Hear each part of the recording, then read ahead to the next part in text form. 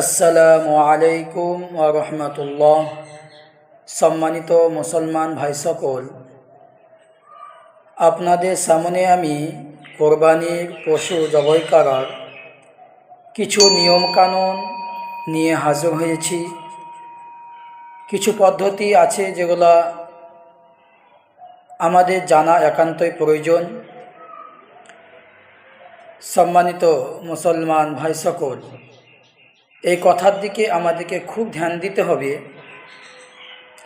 কি পশু জবাই করার সময় যে বস্তু, যে সামান, যে ছুরিটা দিয়ে আমি পশু জবাই করব, সেই ছুরিটা যেন খুব তেজ হয়, খুব ধারালো হয়। কেননা কখনো দেখা যায় পশুর গলায় ছুরি চালানো খুব কষ্ট হয়ে যায়, ছুরি চলে না।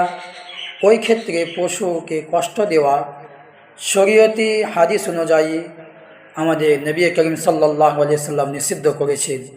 আল্লাহ তাবারক তাআলা যেন আমাদের সকলকেই পশু কোরবানি করার সময় ছুরি যেন খুব তেজ রাখার তৌফিক দান করে। 2 নম্বর একটি পদ্ধতি,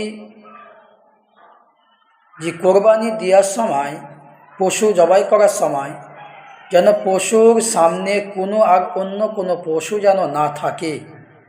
যেহেতু একটি পশু আপনি জবাই করছেন আর আপনার সামনে আপনার পশুর সামনে যদি অন্য একটি পশু থাকে, তো সেটা তারা যদি যখন চোখে দেখে, তারা মেহসুস করে, তারা জানতে পারে, তাদের খুব কষ্ট হয়।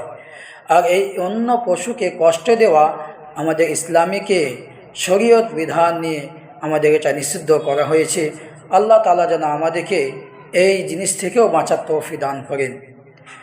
3 নম্বর, পশু আমরা জবাই করি। পশু জবাই করার পরে আমাদেরকে ওই পশুর রক্তটা খুবই দূরত্ব বাই করার আমাদের কী করতে হবে, চেষ্টা করতে হবে।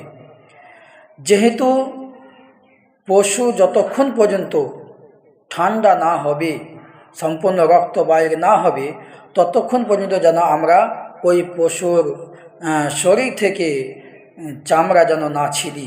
কেননা আমাদের অনেক ক্ষেত্রে দেখা যায় কসাই মানুষ থাকে, আমাদের ভাই অনেক থাকে, যে কোরবানির দিনে খুব অধৈর্য হয়ে যায়, যে কোরবানি তো দিচ্ছি আর 10 মিনিট 5 মিনিট আমাদের অপেক্ষা হয় না।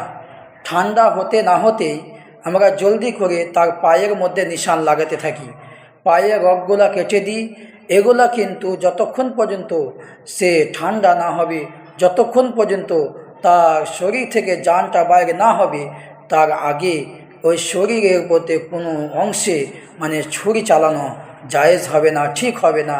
এগুলো আমাদের, যেহেতু আল্লাহ তাআলা নবী করিম সাল্লাল্লাহু আলাইহি সাল্লাম পশুকে কষ্ট দিতে নিষিদ্ধ করেছেন, তার জন্য আমাদেরকে এই জিনিস থেকে খুব ধ্যান দেওয়া যেন তৌফিক দান করেন আল্লাহ। আমরা সকলেই এই জিনিসের দিকে অবশ্যই ধ্যান দেব। আল্লাহ তাআলা আমাদেরকে কবুল করেন। ওয়া আখিরু দাওয়ানা আনিল হামদুলিল্লাহি রাব্বিল আলামিন। আসসালামু আলাইকুম ওয়া রাহমাতুল্লাহ।